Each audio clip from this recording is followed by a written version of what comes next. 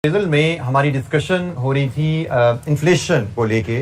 कल हमने इन्फ्लेशन क्या है उसका मीनिंग समझा, उसका इम्पैक्ट हमारी कैपिटल इन्वेस्टमेंट अप्रेजल पे क्या आता है और डिफरेंट टर्म्स क्या हैं जो हमें इन्फ्लेशन से रिलेटेड क्वेश्चन के लिए जहन में रखनी है। और इसमें money cash flow, real cash flow का रिलेशनशिप, मनी रेट और रियल रेट का रिलेशनशिप, जिसको हम फिशर फार्मूला भी कहते हैं। और then we learn the basic principle कि हमें जब भी मनी कैश फ्लो को डिस्काउंट करना है हम मनी रेट पे करेंगे, जब भी हमने रियल कैश फ्लो को डिस्काउंट करना है हम रियल रेट पे डिस्काउंट करेंगे। Normally we will be required to do this procedure, हमें मनी कैश फ्लो को मनी रेट पे डिस्काउंट करने की जरूरत पड़ेगी। लेकिन इन दिस सिचुएशन जहां पे ये दोनों कंडीशन एग्जिस्ट करें, अभी आगे चल के देखते हैं डिफरेंट क्वेश्चन जब भी हमारे सामने इन्फ्लेशन की आया करेंगे, मैं ये असूल बार बार आपके सामने रिपीट किया करूंगा, उससे इंशाअल्लाह आपको ये मजीद याद दहानी भी आपकी होती रहेगी, रिवीजन भी होती रहेगी और आपके जहन में पक्का भी हो जाएगा कि हम सिर्फ रियल कैश और रियल रेट सिर्फ एक सर्टेन सिचुएशन में यूज कर सकते हैं। नॉर्मली हमें यही मेथड पे जाना पड़ेगा। हमने कल एक बेसिक एग्जांपल भी देखी थी, रियल कैश को रियल रेट पे डिस्काउंट करना, मनी कैश को मनी रेट पे डिस्काउंट करना, इलस्ट्रेशन नंबर 28।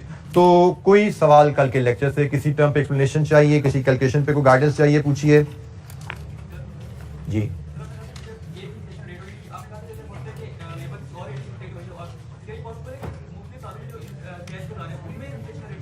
जी आपके साथी ने क्वेश्चन किया है, क्या हमने यहाँ पे कहते हैं एक इन्फ्लेशन रेट हो, मैंने ये कल एग्जांपल दी, एक से ज्यादा इन्फ्लेशन रेट भी हो सकते हैं। तो वो एक से ज्यादा इन्फ्लेशन रेट्स जो हमें गिवन होंगे वो क्या एक ही प्रोडक्ट के साथ वेरी कर रहे होंगे, लाइक प्राइस 10% है तो मटेरियल 6% है, 4 साल लाइफ है, 4 साल सेम रहेगा, या हर साल में बदल जाएगा, प्राइस का किसी साल 10%, प्राइस का किसी साल 6%, ऐसे हो जाएगा। तो जनरली स्पीकिंग हमें जो एग्जाम में क्वेश्चन आते हैं, इवन इफ आई रिकॉल सीफैप के क्वेश्चन भी, तो हमें जो इन्फ्लेशन रेट दिए जाते हैं वो ओवर द लाइफ अप्लाई होते हैं। हमें प्राइस का इन्फ्लेशन रेट 10% दिया तो प्रोजेक्ट की लाइफ 5 साल है, हर साल 10% से प्राइस बढ़ेगी।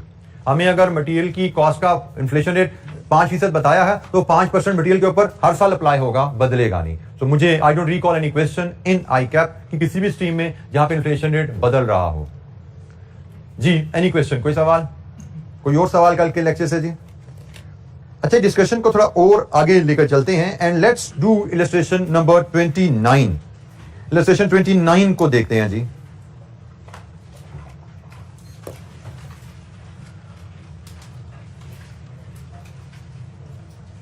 इलस्ट्रेशन 29 में हमें कहा गया है calculate NPV of the project and determine whether the project is worthwhile.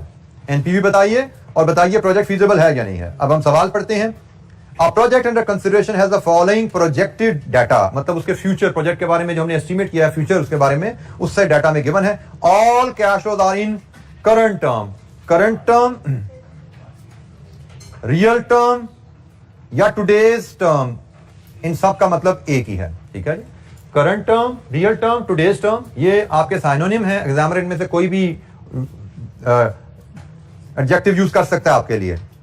तो उसने कहा जी करंट टर्म में जो कैश होता है, इन्वेस्ट रुपीज इन 1000 में, इन्वेस्टमेंट 1700, इनफ्लोज है T1 100, इनफ्लोज है T2 200, इनफ्लोज है T3 to 10, 3 to 10 delayed annuity है 300। Rate of inflation which will affect flows equally, तमाम फ्लोज को इक्वली इफेक्ट करेगा, rate 3%। And firms required money return is 11.24%। Required NPV of the project and determine whether the project is worthwhile. अच्छा जी, जब भी question आए जिसमें हमें inflation दे दी जाए, सबसे पहले हमें फैसला करना होता है कि रियल कैश फ्लोज को डिस्काउंट करें या नॉमिनल कैश फ्लोज को डिस्काउंट करें। तो हमने कहा जी नॉमिनल कैश फ्लोज को डिस्काउंट करने की दो कंडीशन है, अगर वो दोनों अप्लाई हो रही हो तो हम रियल कैश फ्लोज पर जाएंगे। दो कंडीशन है, दोनों अप्लाई हो तो हम रियल कैश फ्लोज पर जाएंगे, अदरवाइज हमें कैश फ्लोज को इन्फ्लेट करना पड़ेगा, जैसे हमने इलस्ट्रेशन 28 में किया था। तो यहां पे जनाब पहली कंडीशन थी company is not paying taxes. तो क्या कंपनी टैक्स पे कर रही है? No, company is not paying taxes. दूसरी कंडीशन थी एंड के साथ, and there is only one inflation rate. तो इन कैश फ्लोज पे डिफरेंट इन्फ्लेशन रेट है या एक? इसका मतलब इस प्रोजेक्ट को हम रियल अप्रोच से सॉल्व कर सकते हैं, ठीक है जी। ये क्वेश्चन रियल अप्रोच से सॉल्व होगा। रियल अप्रोच से सॉल्व करने का मतलब क्या है कि हमें रियल कैश फ्लोज को जो हमें अवेलेबल है रियल रेट पे डिस्काउंट करना है, जो कि हमें अवेलेबल नहीं है तो कोई बात नहीं, हम फिशर फार्मूला से निकाल लेंगे, ठीक हो गया जी। तो हमने रियल कैश फ्लोज को रियल रेट पे डिस्काउंट करना है, ये हमारा फैसला हो गया।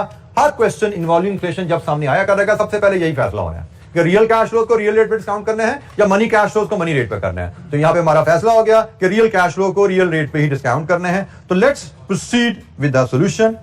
Illustration number 29। और चूंकि हमारे कैश फ्लोज में एन्युटीज आ रही हैं तो हमारा फॉर्मेट जो रहेगा वो एन्युटी वाला फॉर्मेट रहने वाला है। यहां पे प्रेजेंट वैल्यू आ जाएंगी, यहां पे डिस्काउंट फैक्टर आएगा,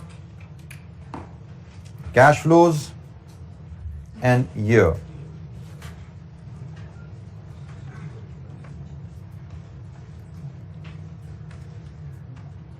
और वैल्यूज हम रुपीज इन थाउजेंड में लेंगे क्योंकि क्वेश्चन में थाउजेंड में ही दिया गया है डाटा, तो हम भी रुपीज इन थाउजेंड में ले लेते हैं।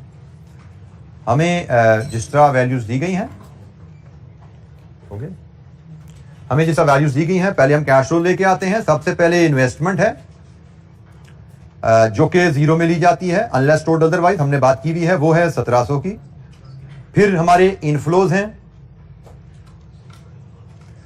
1 में 100, 2 में 200 और 3 से 10 300। हमने रियल कैश फ्लोज को डिस्काउंट करना है और हमें रियल कैश फ्लोज ही दिए गए हैं, तो इनको तो हमें इन्फ्लेशन इनमें ऐड करने की जरूरत नहीं है। रियल कैश फ्लोज हमारे पास आ गए। अब इनको डिस्काउंट करना है रियल रेट पे। क्या हमें डिस्काउंट रेट जो दिया गया है, जो कॉस्ट ऑफ कैपिटल हमें दी गई है, क्या वो रियल रेट है? वो तो मनी रेट है। इसका मतलब हमें इसको फिशर फार्मूला की मदद से रियल रेट में कन्वर्ट करना पड़ेगा। तो हम यहां पे एक वर्किंग का रेफरेंस देंगे, वर्किंग 1, और वहां पे हम फिशर फार्मूला इस्तेमाल करते हैं। फिशर फार्मूला के तहत 1 + m is equal to 1 + r into 1 + i। Putting in the values m 11.24, ये जी 1 + m हो गया। r हमें वर्कआउट करना है और i इज 3%। लीजिए जी, solve this factor for r 8%।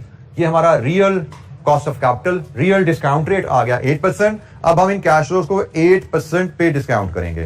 तो 8% 0 1, 8% 1 ईयर प्रेजेंट वैल्यू फैक्टर खोलिए, सिंगल कैश फ्लो है ये 0.926, 8% 2 ईयर 857 और 3 to 10।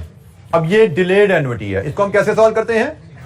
N10 पे जाएंगे, 8% 10 ईयर क्यूमुलेटिव टेबल पे जी 710 माइनस करेंगे इसमें से 2 का फैक्टर 783। लीजिए ये जनाब हमारे फैक्टर बन गए।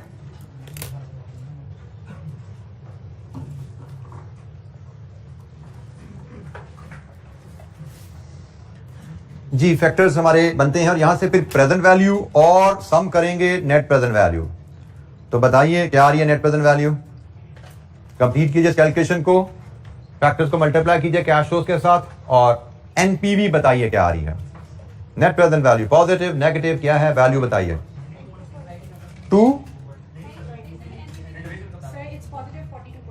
42 ओनली, पॉइंट्स में हम नहीं जाते, रुपीज इन थाउजेंड है, no need to go into decimal, right down full figure, it is positive 42। Agreed ji?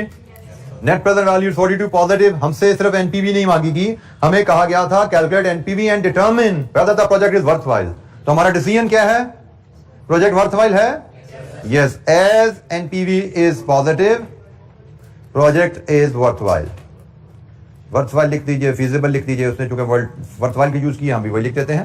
As NPV is positive project is worthwhile, it is worth investing. जी any question, कोई सवाल?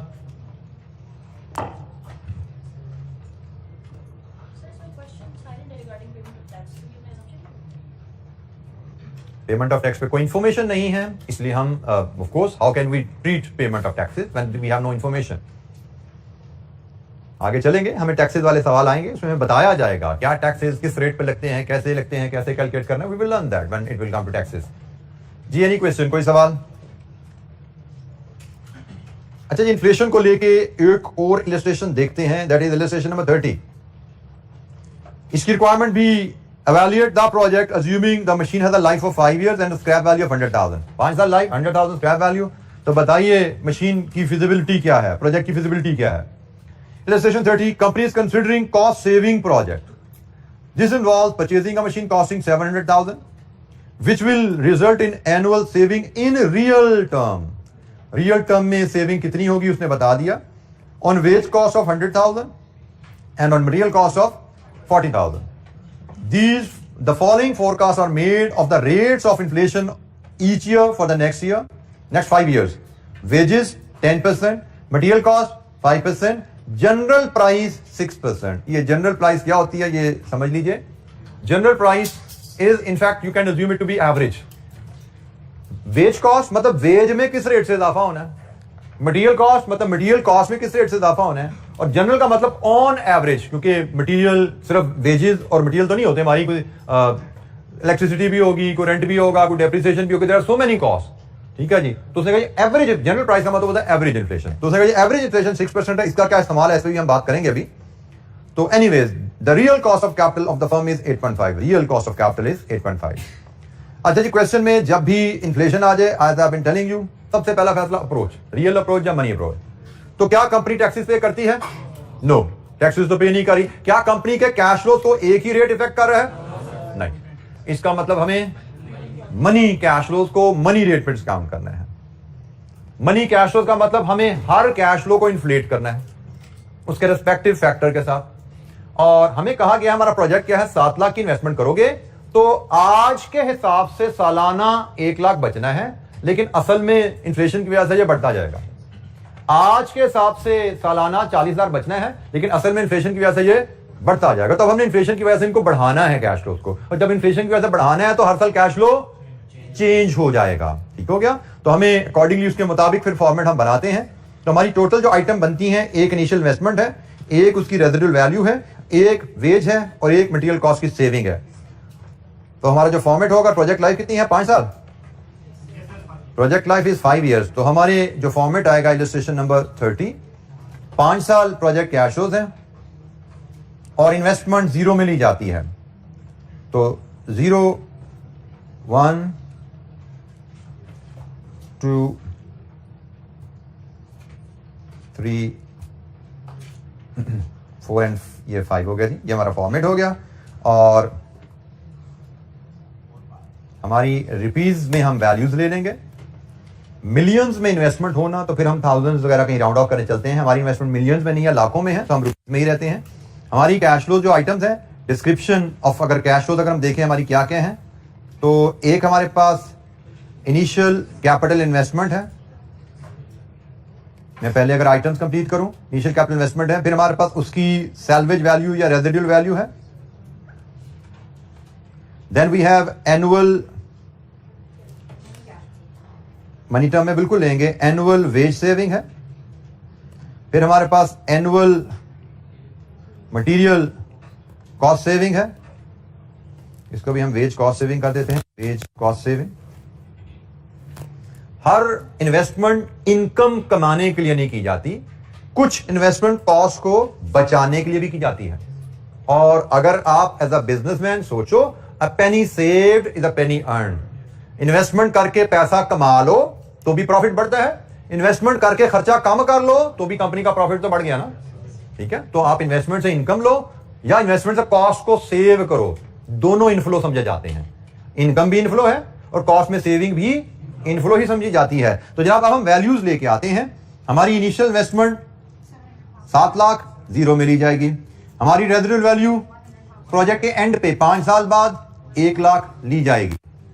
हमारी annual wage saving, इसको हमने लेना है जी अब money term में। मनी टर्म में एनुअल वेज सेविंग लेने का तरीका मैं हम यहीं पे अगर स्मार्टली प्रेजेंट करें, चूंकि commonly real cash flow 1 lakh है और इन्फ्लेशन हमें पता है कितनी है, 10% है, रेज़ टू पावर n। तो अब हर साल की वेज सेविंग यहां पे कैलकुलेट कर सकते हैं। जैसे साल बाद 1,10,000 बचेगा, 2 साल बाद 1,21,000 बचेगा, 3 साल बाद 1,33,100 बचेगा, 4 साल बाद 146 410 410 लास्ट में 161,051। जी जनाब, अगर हम ये मशीनरी लें तो हमें सालाना मनी टर्म में इन्फ्लेशन के साथ जो पैसा बचेगा हमें, आज हम उस वेज को, आज उस वर्कर को हम 1 लाख देते हैं, लेकिन वो साल बाद उस वर्कर को हमें 1,10,000 देना पड़ेगा जो हम बचा सकते हैं इस मशीन की वजह से। 2 साल बाद उस वर्कर को हमें 1,21,000 देना पड़ेगा जो बचा सकते हैं अगर हम ये मशीन ले लें, and so on. Money term में हमारे कैश फ्लोज सेविंग क्या होने वाली हैं, बिल्कुल इसी अंदाज में हम एनुअल मटेरियल कॉस्ट सेविंग ले सकते हैं। 40,000 हमारी रियल टर्म में सालाना सेविंग है और 5% इन्फ्लेशन है तो 1.05 रेज़ टू पावर n। तो साल बाद 42,000, 2 साल बाद 44 100 46 305 48 620 051। लीजिए जी, ये हमारे टोटल प्रोजेक्ट कैश फ्लोज हैं। अगर हम ये इन्वेस्टमेंट करें तो हमें 5 साल वेज कॉस्ट में ये सेविंग आएगी मनी टर्म में, 5 साल मटेरियल कॉस्ट में ये सेविंग आएगी मनी टर्म में, और 5 साल बाद हमारी मशीन 1 लाख की बिक जाएगी।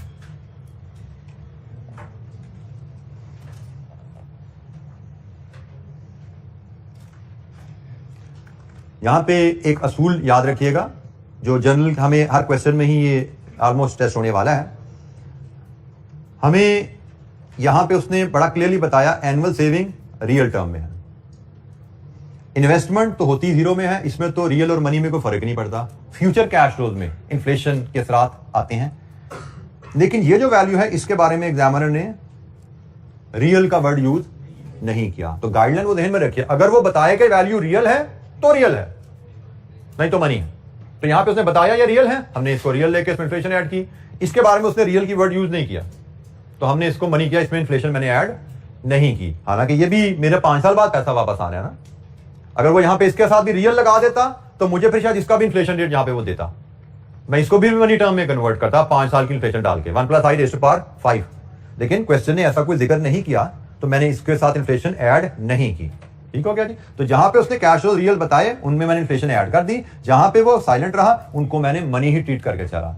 अब इसी तरह वो कॉस्ट ऑफ कैपिटल के साथ भी कह रहा है रियल, तो इसको भी हमें करना पड़ेगा फिशर फार्मूला से। तो आप जनाब हम फिशर फार्मूला पे हम एक वर्किंग बनाते हैं। पहले चले हम यहाँ पे कैश फ्लो कंप्लीट कर लें। हम यहाँ पे नेट कैश फ्लो ले लेते हैं जी, ये हमारे नेट कैश फ्लो है, यहाँ पे हम सम करेंगे इसका। इसके बाद हमें डिस्काउंट फैक्टर चाहिए जो कि मनी रेट वर्किंग वन से हम लेके आएंगे, फिर प्रेजेंट वैल्यू और देन नेट प्रेजेंट वैल्यू। ये जी हमारा सवाल ऐसे कंप्लीट हो पाएगा। तो नेट कैश फ्लो सम कीजिए जरा। 0 में इट इज 700,000 नेगेटिव, 1 में it is 152,000 positive, 165 100 positive, 179 405 positive, 195 030 positive. बेटा 1 लाख ऊपर भी पड़ा हुआ है, 312 102। ये जी हमारे प्रोजेक्ट कैश फ्लोज आ गए हैं। अब हमें डिस्काउंट फैक्टर चाहिए मनी कॉस्ट ऑफ कैपिटल का, जो कि क्वेश्चन में अवेलेबल नहीं है। तो अब उसके लिए हम फिशर फार्मूला इस्तेमाल करेंगे। 1 + m is equal to 1 + r into 1 + i। 1 + r, r हमें पता है 8.5%, तो वो 1.085 हो जाएगा। अब यहां पे असूल एक सीख लीजिए, फिशर फार्मूला में जो ये i यूज होता है दिस इज जनरल इन्फ्लेशन।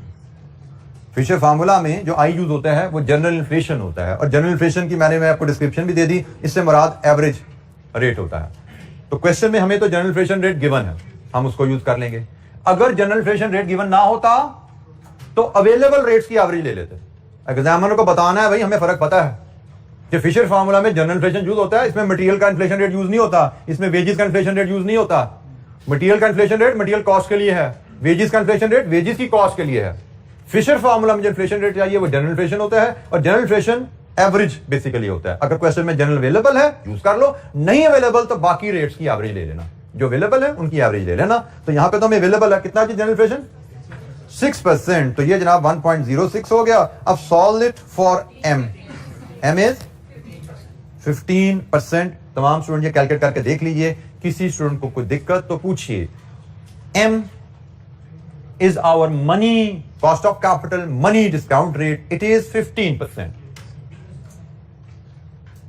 हमने कैश फ्लोज को इन्फ्लेट किया है, उनको इन्फ्लेट करके ग्रो हो गए हैं, तो अकॉर्डिंगली रेट को भी हमें इन्फ्लेट करना पड़ा है, इन्फ्लेशन इसमें एडजस्ट करनी पड़ी है, मनी कॉस्ट ऑफ कैपिटल बनाना पड़ा है 15%। जनाब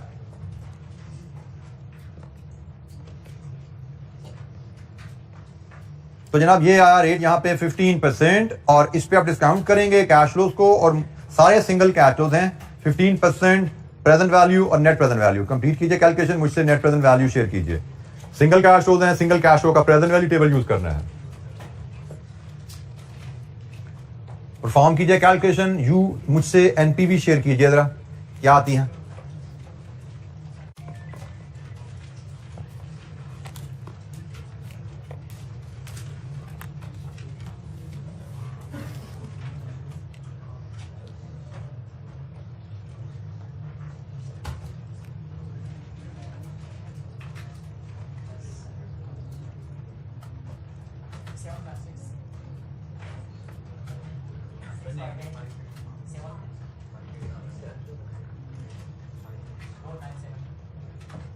प्रेजेंट वैल्यू टेबल से ये फैक्टर्स हमारे आते हैं जी। तो हर कैश फ्लो को फैक्टर से मल्टीप्लाई कीजिए, प्रेजेंट वैल्यू आएगी और फिर इनका सम करेंगे तो एनपीवी। अब मुझसे एनपीवी फाइनल शेयर कर लीजिएगा, तमाम कैलकुलेशन परफॉर्म कर लीजिए। What is NPV? -58,346 जी। वेरीफाई कीजिए कैलकुलेशन, -58,346 एनपीवी। पहला कैश फ्लो नेगेटिव है, बाकी सारे पॉजिटिव हैं। प्रेजेंट वैल्यू करेंगे, सम करेंगे, net present value. Verify this calculation. 58,224 जी। एनी क्वेश्चन, कोई सवाल? नेट प्रेजेंट वैल्यू नेगेटिव है, हमसे पूछा गया था एवेल्युएट द प्रोजेक्ट, तो हमारा डिसीजन है as NPV is negative, project is not feasible.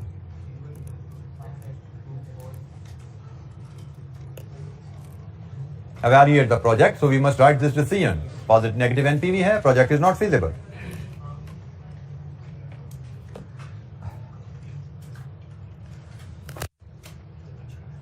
Ji, dealing with inflation, real cash flows को रियल रेट पे डिस्काउंट करना, मनी कैश फ्लोज को मनी रेट पे डिस्काउंट करना। हमने एक एग्जांपल कल देखी, दो एग्जांपल आज देखी। रियल कैश फ्लोज को रियल रेट पे डिस्काउंट करना is also known as real approach of DCF. इसको हम रियल अप्रोच ऑफ डीसीएफ भी कहते हैं। और मनी कैश फ्लोज को मनी रेट पे डिस्काउंट करना, इसको मनी या नॉमिनल अप्रोच भी कहते हैं। Nominal approach of DCF, following nominal approach of DCF, following real approach of DCF. हम एग्जामिनर इसका भी कह सकता है कि following nominal approach of DCF calculate NPV, following real approach of DCF calculate NPV. So real approach का मतलब real cash flows को रियल रेट पे डिस्काउंट करना, और नॉमिनल अप्रोच का मतलब मनी कैश फ्लोज को मनी रेट ऑफ रिटर्न पे डिस्काउंट करना। तो हमें इस अंदाज में भी क्वेश्चन में रिक्वायरमेंट्स हो सकती हैं, किताब पढ़ने में ये हमारी टर्म सामने आ सकती है। You should know real approach, money approach. जी, एनी क्वेश्चन, कोई सवाल? बेटा क्वेश्चन जब रेजिडुअल वैल्यू के साथ रियल टर्म का वर्ड यूज करेगा तो रेजिडुअल वैल्यू को इन्फ्लेट करने के लिए उसके लिए सूटेबल इन्फ्लेशन रेट के बारे में भी गाइडलाइन देगा।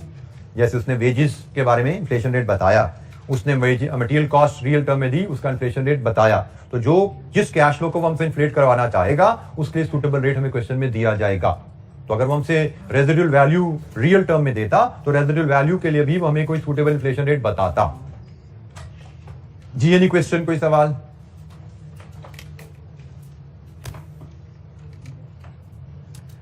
अच्छा जी, इन्फ्लेशन पे फिलहाल हमारी डिस्कशन इतनी ही, बाकी इंशाल्लाह आगे क्वेश्चन में जाएंगे। नॉलेज इतना ही था, आगे इसकी प्रैक्टिस ही है। जो एग्जामिनर क्वेश्चन पे जाएंगे वहां पे हम इसकी प्रैक्टिस करेंगे।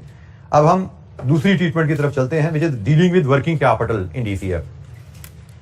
वर्किंग कैपिटल के बारे में बेसिक बात शायद हमारी हुई थी कि हम जो प्रोजेक्ट करते हैं कैपिटल नेचर का, कोई भी फैक्ट्री लगाना चाहें, कोई भी बिजनेस शुरू करना चाहें, तो नया बिजनेस करने के लिए हमें सिर्फ कैपिटल इन्वेस्टमेंट रिक्वायर्ड नहीं होती। कैपिटल इन्वेस्टमेंट के साथ साथ हमें करंट एसेट में इन्वेस्टमेंट करनी पड़ती है, जिसको हम वर्किंग कैपिटल इन्वेस्टमेंट कहते हैं।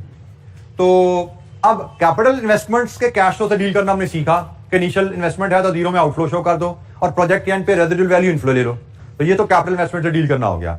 अब हम डिस्कस करने जा रहे हैं वर्किंग कैपिटल इन्वेस्टमेंट से डील करना, कि हम जब प्रोजेक्ट शुरू करते हैं उसके लिए अगर हम वर्किंग कैपिटल की हमें जरूरत पड़े तो उसके साथ हमने कैसे डील करना है। इसका रूल बड़ा सिंपल सा है जी, और दो इलस्ट्रेशंस करेंगे उनसे हमें ये रूल बड़ी आसानी से क्लियर हो जाएगा।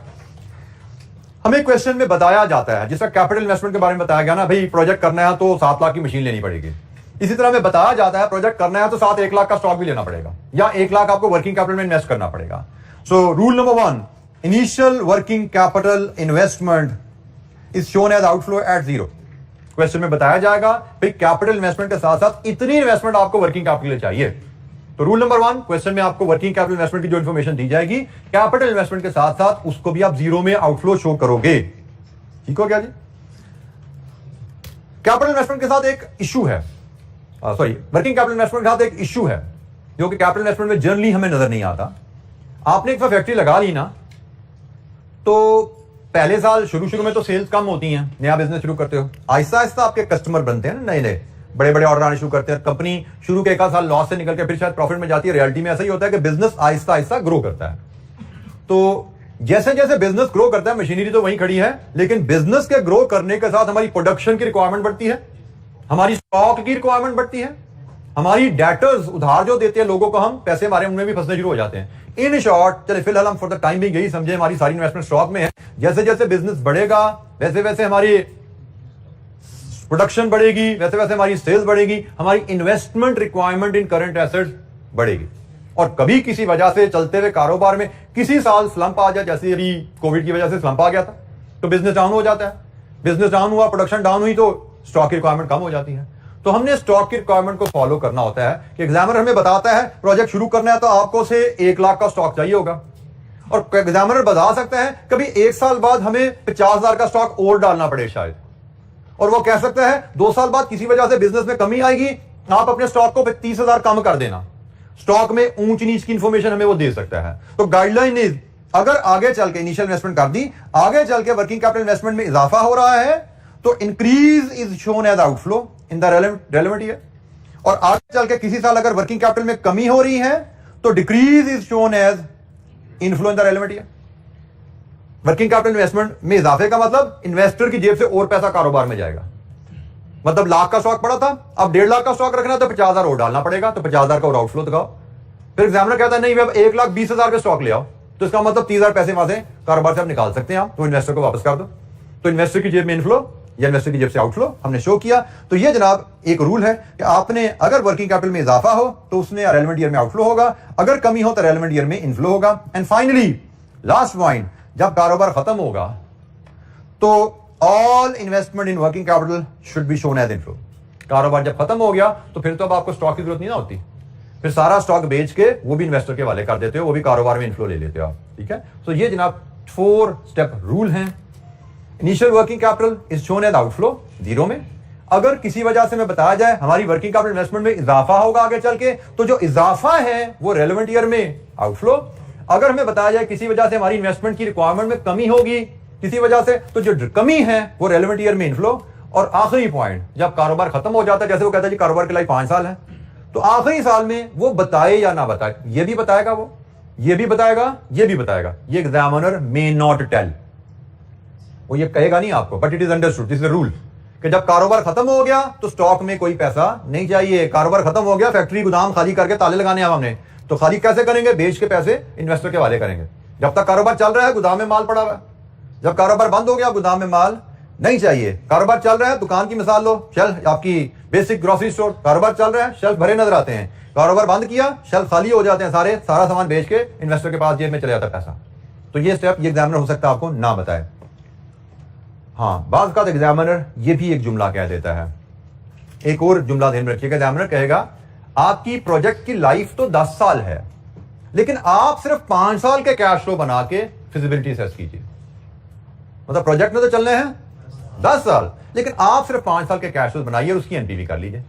अब चूंकि 5 साल बाद प्रोजेक्ट बंद नहीं हो रहा, तो इसलिए वर्किंग कैपिटल से पैसा भी वापस नहीं आना, और 5 साल बाद प्रोजेक्ट बंद नहीं हो रहा तो कैपिटल एसेट को बेच के उसकी भी स्क्रैप वैल्यू नहीं आएगी।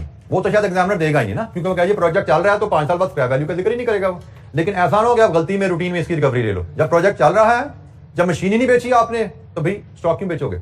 स्टॉक तो हम तब बेचते हैं जब फैक्ट्री को ताला लगा के घर जा रहे हैं। ठीक है, तो ये भी एक क्वेश्चन सिनेरियो बनता है कि लाइफ तो 10 साल है, लेकिन आप 5 साल के सिर्फ कैश फ्लो लेके उसकी एनपीवी कर दो, तो उसमें फिर हम 5 साल के रेवेन्यू भी लेंगे, कॉस्ट भी लेंगे, इनिशियल इन्वेस्टमेंट भी लेंगे, वर्किंग कैपिटल के भी कैश फ्लो 5 साल के लेंगे, लेकिन 5 साल पे जब कट लगाया तो ये भी नहीं लेना और कैपिटल इन्वेस्टमेंट की रिकवरी भी नहीं लेनी होती। तो ये जनाब 5 लाइनर बेसिक रूल है। ये बड़ा कम टेस्ट होता है, लेकिन फिर भी मैंने डाल दिया इन केस आपके सामने ये चीज आए। नॉर्मली हमारा काम इन्हीं 4 स्टेप्स में खत्म हो रहा था। This is just in case. जी बेटा,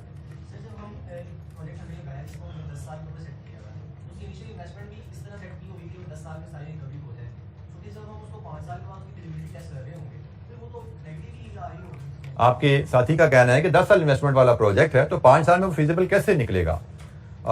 तो इसका बेटा रीजन कुछ ऐसे होती है बाज का, ये ऐसा क्यों किया जाता है? इस तरह 5 साल पे हम किसी प्रोजेक्ट को क्यों टेस्ट करें जिसकी एक्सपेक्टेड लाइफ 10 साल है? क्योंकि फ्यूचर इज अनसर्टन। आपको लग तो रहा है कि 10 साल चलेगा ये प्रोजेक्ट, लेकिन क्या पता 5 साल बाद गवर्नमेंट की पॉलिसी आ जाए, प्रोजेक्ट बैन हो जाए। तो इसलिए आप कहते हो भाई अगले 6 सालों का हमें नहीं पता। बेशक मशीन की लाइफ 10 साल है, लेकिन हम 5 साल में देखते हैं भाई 5 साल में फिजिबल बनता है तो ठीक है, नहीं तो मटी डालो। क्योंकि 6, 7, 8, 9, 10 साल का हमें नहीं पता वहां पे हम कितना कमा पाएंगे, क्योंकि सारा जो फिजिबिलिटी का है, फिजिबिलिटी में डाटा कहां से आता है? Projected, estimated. अब एस्टिमेट अगले 10 साल तक लगाना, 20 साल तक लगाना थोड़ा सा मुश्किल हो जाता है। जितना आप दूर जाते जाते मुस्तकबिल में उतना एस्टिमेट लगाना मुश्किल होता जाता है। तो दैट्स वाई ऑर्गेनाइजेशन अक्सर ऐसे करती हैं कि लाइफ बेशक 10 साल है, 5 साल, 20 साल है, हम इसको 5 साल या 8 साल पे महदूद कर देते हैं। Who knows? Project highly profitable है तो हो सकता है 5 साल में आपके पैसे पूरे कर रहा हो, तो आप रिजेक्ट कर दोगे भाई। इसीलिए तो आप कर रहे हैं उसको। हम इसीलिए तो कह रहे हैं कि हमें रिस्क नजर आ रहा है कि आगे चल के भाई में पैसा आए या ना आए, आगे की पैसा आए ना आए, हमें उस पर ज्यादा रिस्क लग रहा है। डिटेल इसके ऊपर इसकी डिटेल जो है हम आगे चल के CFAP 4 में डिस्कस होती है, जिसमें हम बकायदा ये एनालिसिस डिटेल में करते हैं, ठीक है, जिसमें हम देखते हैं कि भाई ये जो वजह है इसकी मैंने बता दी, रिस्क है, आगे रिस्क है, उस रिस्क को कैसे फर्दर एनालाइज करना है, मजीद इसका ब्रेकअप जो करना है कैसे करना है, वो अलग बात है। फिलहाल हमारे लिए इतना ही काफी है कि एग्जामिनर ने कह दिया 5 साल, तो हम 5 साल पे इसको रोकेंगे। इसकी जो इस टॉपिक की आपकी पीक है, जो फिनिश है, वो आपकी CFAP 4 में होनी है। यहाँ पे हम सिर्फ इसका इंट्रोडक्शन पढ़ रहे हैं, introduction to capital investment appraisal. जी, एनी क्वेश्चन, कोई सवाल?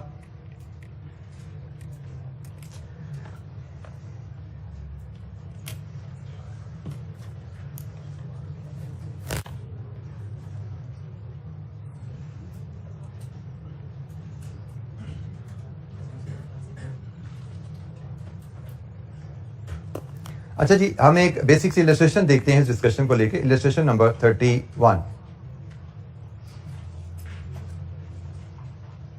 वैसे बात है भाई, मेरे लगता है 5वां पॉइंट ना मेरा CFAP 4 की स्लाइड से ही रह गया। यहाँ पे शायद हमें होना ही नहीं चाहिए था यहाँ पे, इसलिए शायद आप थोड़ा कंफ्यूज हो गए। आप ये बुक में बात है 5th पॉइंट लिखा नहीं हुआ, वो CFAP 4 से चूंकि मैं वो भी कर रहा होता तो स्लाइड मुझे लगता है मैंने शायद उसमें जब किया तो उसमें अपडेट करने से रह गया। तो 5th पॉइंट हमारे नोट्स में अवेलेबल नहीं है, तो you can ignore it for the discussion reference.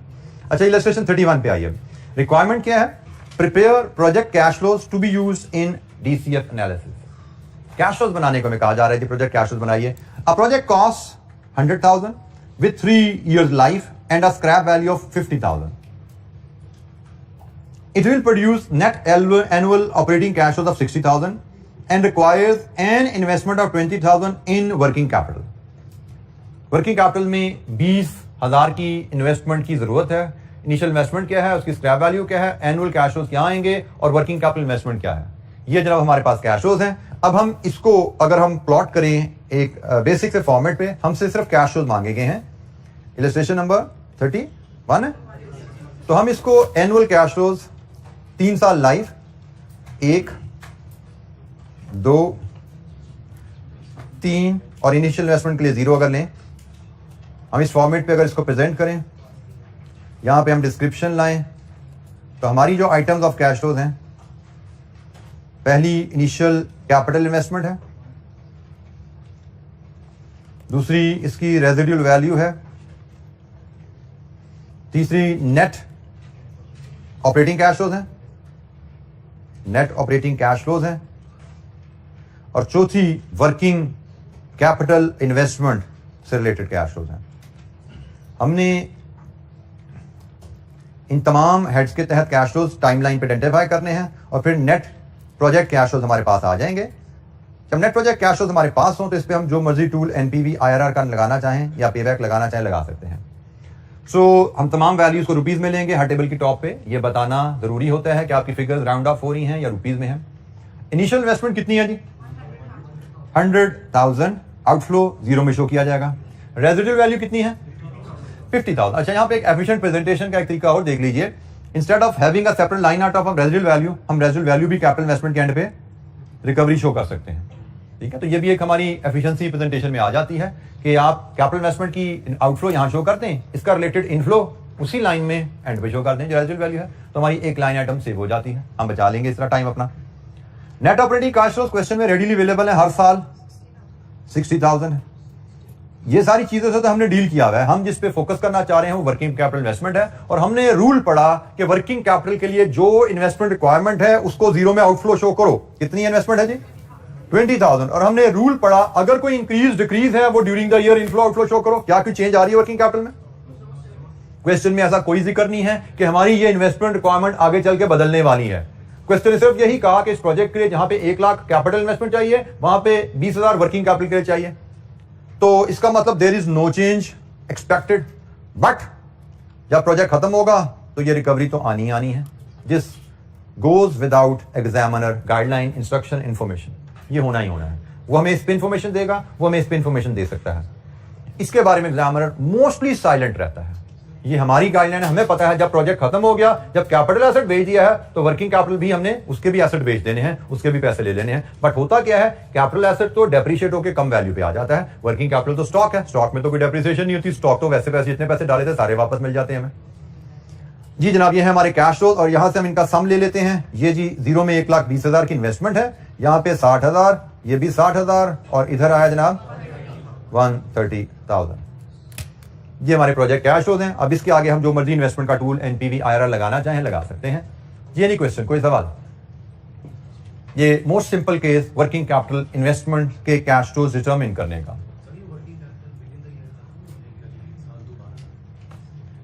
खत्म, आपके साथी का सवाल है वर्किंग कैपिटल खत्म हो जाएगा। बेटा वर्किंग कैपिटल खत्म नहीं होता। आप दुकान कोई ओपन करते हो, लेट्स सिंपल बिजनेस की मिसाल है ग्रोसरी स्टोर का।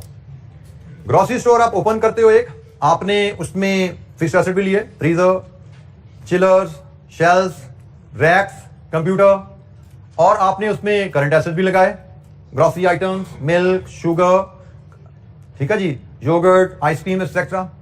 दुकान ओपन हुई। अब जब तक दुकान चल रही है हो क्या रहा है, जो तो पड़े ना कैपिटल एसेट वो विद यूज डेप्रिशिएट हो रहे हैं, विद यूज डेप्रिशिएट होते जा रहे हैं। लेकिन जो पड़े हैं स्टॉक में पैसा, वो कहां जा रहा है? बिकता है, फिर नया आ जाता है ना, जो वो पीएनएल में जाता जा रहा है, सेल्स, बट फिर परचेज होगी, सेल फिर परचेज, स्टॉक वहीं का वहीं पड़ा रहता है। दुकान पे कभी आपको लगा कि मैंने 4 दिन स्टॉक खरीदा, दुकान खाली होगी? जो आप खरीदते हो, दुकानदार प्रॉफिट जेब में रख के स्टॉक वापस वहां रख देता है खरीद के, तो स्टॉक वहीं का वहीं पड़ा हुआ है। लेकिन जब खत्म होगी फिर आपने चीज खरीदी, उसने पैसे जेब में डालिए, वापस नहीं डाले उसने, ठीक है, सारे पैसे रिकवर होते हैं। जी एनी क्वेश्चन? बेटा आप बताइए, आप मुझे काफी डिस्टर्ब कर रहे हैं। जी you one with a beard, one with a beard, जी दाढ़ी रखी हुई पता नहीं है जी। बेटा आप, मैंने कहा काफी ज्यादा डिस्टर्ब है आप, और दाएं बाएं भी लोगों को, अपने साथी को बहुत तंग कर रहे हैं, उसको भी तंग करने की कोशिश की आपने। कुछ बताएंगे मुझे क्या इशू चल रहा है यहाँ पे आपके साथ?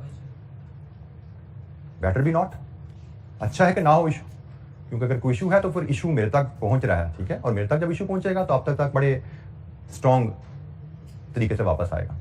If you have some issue kindly share with me, if you have some problem kindly ask me, but if that issue needs to be resolved outside the class you can go out any time, ठीक है। तो be careful next time. First time आपका है इसलिए मैं tolerate कर रहा हूं, but generally I don't tolerate indiscipline in the class. जी बेटा,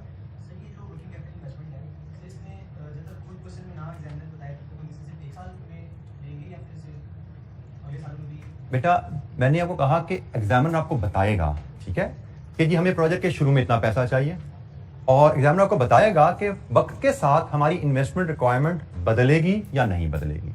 तो वो जैसे इंफॉर्मेशन देगा उसके मुताबिक हम वैल्यूज डिटरमिन करेंगे। जैसे हम अभी इलस्ट्रेशन 32 को एक बार नजर डालते हैं, उसमें यू विल फाइंड, उसमें आप देखेंगे कि एग्जामिनर आपको इंफॉर्मेशन दे रहा है। इलस्ट्रेशन 32 की रिक्वायरमेंट भी वही है कि भाई आप प्रोजेक्ट कैश फ्लोज बनाओ, रिक्वायरमेंट सेम है। डाटा पढ़ते हैं, सिमिलर डाटा शुरू हो रहा है, project cost 100,000 and has a scrap value of 50,000 at the end of its 3 year. Same data. Expected annual net operating cash flows are as follows. Cash flow जो operating है ना वो सेम नहीं है, हर साल बदल रहे हैं। और फिर वो कहता है at the start of each year the project will require working capital equal to 20% of that year's net operating cash flow. अब नेट ऑपरेटिंग कैश फ्लो बदल रहे हैं तो इसका मतलब वर्किंग कैपिटल रिक्वायरमेंट भी बदलेगी। तो अब यहां पे वो दूसरा पॉइंट है, कभी अगर वर्किंग कैपिटल रिक्वायरमेंट बढ़ेगी तो इंक्रीज को आउटफ्लो शो कर देना, अगर वर्किंग कैपिटल रिक्वायरमेंट कम होगी तो कमी को इनफ्लो शो कर देना। तो अब हम इसके मुताबिक अगर चीजों को ऑर्गेनाइज करें तो इसमें भी वही 3 साल लाइफ है, तो 0 से 3 तक के ही कैश फ्लो बनने हैं। हम इलस्ट्रेशन नंबर 32 की बात कर रहे हैं।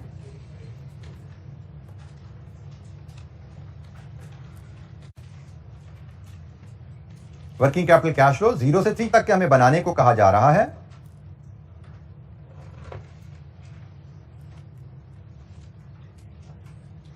हमें एक इनिशियल कैपिटल इन्वेस्टमेंट के कैश फ्लोज दिए गए हैं,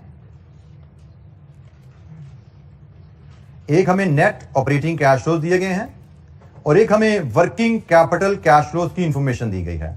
तो जनाब ये डाटा अरेंज करेंगे, यहां से हमारे पास नेट प्रोजेक्ट कैश फ्लोज आ जाएंगे जो कि हमारी रिक्वायरमेंट है। ऊपर फिगर तो स्ट्रेट फॉरवर्ड है, इनिशियल इन्वेस्टमेंट 1 लाख की इन्वेस्टमेंट है और इसकी रेजिडुअल वैल्यू 3 साल बाद 50,000 है। नेट ऑपरेटिंग कैश फ्लोज पहले साल 20,000, 30,000, पहले साल 30,000, दूसरे साल 50,000, तीसरे साल 40,000। ये भी स्ट्रेट फॉरवर्ड थे। अब बात आ गई वर्किंग कैपिटल कैश फ्लोज की। वर्किंग कैपिटल रिक्वायरमेंट उसने हमें सीधी सादी एब्सोल्यूट टर्म में नहीं बताई कितने पैसे लगाओ, उसने हमें रिलेटिव टर्म में बताई है कि वर्किंग कैपिटल में इन्वेस्टमेंट का ताल्लुक नेट कैश फ्लो से है। तो अब हमें खुद असेस करना पड़ेगा हमारी रिक्वायरमेंट क्या है और वो रिक्वायरमेंट कैसे हम पूरी करेंगे। इसके लिए हम एक वर्किंग वन बनाते हैं और वर्किंग वन में हमारी जो पीरियड वाइज हमें वर्किंग कैपिटल रिक्वायरमेंट पहले असेस करनी पड़ेगी कि हमारी रिक्वायरमेंट है क्या। तो as per information in the question हमें कहा गया है, तो जैसे पढ़िएगा यहां पे आपकी पिछला नॉलेज भी अप्लाई होने जा रहा है। At the start of each year project will require working capital equal to 20% of that year's net revenue. मतलब हर साल के शुरू में उस साल के नेट रेवेन्यू का 20% इन्वेस्टमेंट स्टॉक में चाहिए हर साल के शुरू में। मतलब पहला नेट रेवेन्यू कब आ रहा है? 1 में। तो 1 का शुरू क्या होता है? टाइमलाइन के मुताबिक 1 का शुरू 0 है। बिल्कुल ठीक है जी। तो 1 के शुरू में मतलब 0 में हमें वर्किंग कैपिटल में इन्वेस्टमेंट चाहिए 1 के रेवेन्यू का 20%। हमें 6,000 का वर्किंग कैपिटल में इन्वेस्टमेंट चाहिए। जब हमने 0 में 6,000 का स्टॉक रख लिया उससे हमारा पहले साल का कारोबार चल जाएगा। 0 में जब हमने 6,000 का स्टॉक डाला उससे पहले साल का कारोबार चला। फिर जब दूसरा साल शुरू होने लगा फिर ये जुमला पढ़ो, हर साल के शुरू में उस साल के नेट कैश फ्लो का 20%। मतलब दूसरे साल के शुरू में, दूसरे साल के शुरू से मुराद 1 में हमें दूसरे साल के शुरू रेवेन्यू का नेट कैश फ्लो का 20%। हमें 1 में हमारी स्टॉक की रिक्वायरमेंट जो है वो बदल के कहा जाती है कि भाई 1 में हमें 50,000 का 20% स्टॉक चाहिए 10,000। और इससे आगे चले तीसरे साल के शुरू में, तीसरे साल के शुरू से मुराद 2, और तीसरे साल के शुरू में हमें तीसरे साल के कैश फ्लोज का 20% 8,000 ये स्टॉक चाहिए। और हमें पता है जब 3 साल बाद कारोबार खत्म हो जाता है फिर हमें स्टॉक में कुछ नहीं चाहिए होता। जब 3 साल बाद कारोबार खत्म हो जाता है तो हमने ये डिस्कस किया है फिर हमें स्टॉक में कुछ नहीं चाहिए, सारे पैसे जेब में डालने हैं। अब जरा तवज्जो से देखिएगा, ये वर्किंग कैपिटल रिक्वायरमेंट है, ये वर्किंग कैपिटल रिक्वायरमेंट है। हमारे पास कितने का स्टॉक होना चाहिए? तो हमें तो चाहिए भाई इतने का स्टॉक रखना है, तो कैश फ्लो जेब से कितना पैसा जाएगा या आएगा? Working capital cash flow. अब ये वर्किंग में अक्सर बच्चों को थोड़ी सी कंफ्यूजन आ जाती है, लेकिन बड़ी सिंपल वर्किंग है। अगर तो जैसे आप देख लेंगे कुछ इसमें इशू नहीं है। जब कारोबार शुरू किया आपने 0 में शुरू किया ना कारोबार, तो हमें क्वेश्चन में बताया गया है कारोबार 0 में शुरू करना है तो 6,000 का स्टॉक होना चाहिए। तो 6 के 6,000 का खरीदना पड़ेगा ना, हमारी जेब से 6,000 निकलेगा। क्वेश्चन में हमें पता लग रहा है जब 1 साल गुजर जाएगा फिर हमें 10,000 का स्टॉक चाहिए। तो क्या करें? 10 - 6 4,000 का और पैसा डालो ताकि स्टॉक हमारा 6,000 से उठ के 10 पे चला जाए। अब एक और साल गुजरा, अब हमें कितने का स्टॉक चाहिए? 8 का। इसका मतलब पैसा डालना नहीं है, पैसा निकालना है। 2,000 वापस ले लो। और जब कारोबार खत्म हो गया तो हमने वैसे ही कहा भाई अब तो कुछ नहीं चाहिए, जो भी पड़ा हुआ है कारोबार में से सारा निकालो। कितना रह गया वापस? 8,000, ये भी निकाल दो। तो ये जनाब हमारे कैश फ्लोज हैं कि अगर हम ये कारोबार करते हैं तो वक्त के साथ साथ हमारी जेब से कितना पैसा निकलेगा या कितना पैसा आएगा वर्किंग कैपिटल के हेड में। हमें कारोबार शुरू करना है तो आज 6,000 की इन्वेस्टमेंट करनी है, साल बाद 4,000 मजीद इन्वेस्ट करना पड़ेगा, 2 साल बाद हम 2,000 वापस ले सकते हैं कारोबार से, और 3 साल बाद जब कैपिटल एसेट भेज दिया तो जितना बाकी रह गया सारा वापस ले लो। ये कैश फ्लोज की जो वैल्यूज हैं इनको हम यहां पे फीड करेंगे वर्किंग कैपिटल कैश फ्लोज में। 0 में 6,000 का आउटफ्लो, यहां पे 4,000 का आउटफ्लो, यहां पे जनाब 2,000 का इनफ्लो और यहां पे 8,000 का इनफ्लो। ये जी हमारा काम कंप्लीट हो गया। इसके बाद हमें सिर्फ सम करना है और हमारे working capital cash flow ready, हमारे कैश फ्लोज रेडी हैं। आगे एनपीवी IRR कोई भी टूल लगाना हो। वर्किंग कैपिटल कैश फ्लोज कैसे लिए जाते हैं?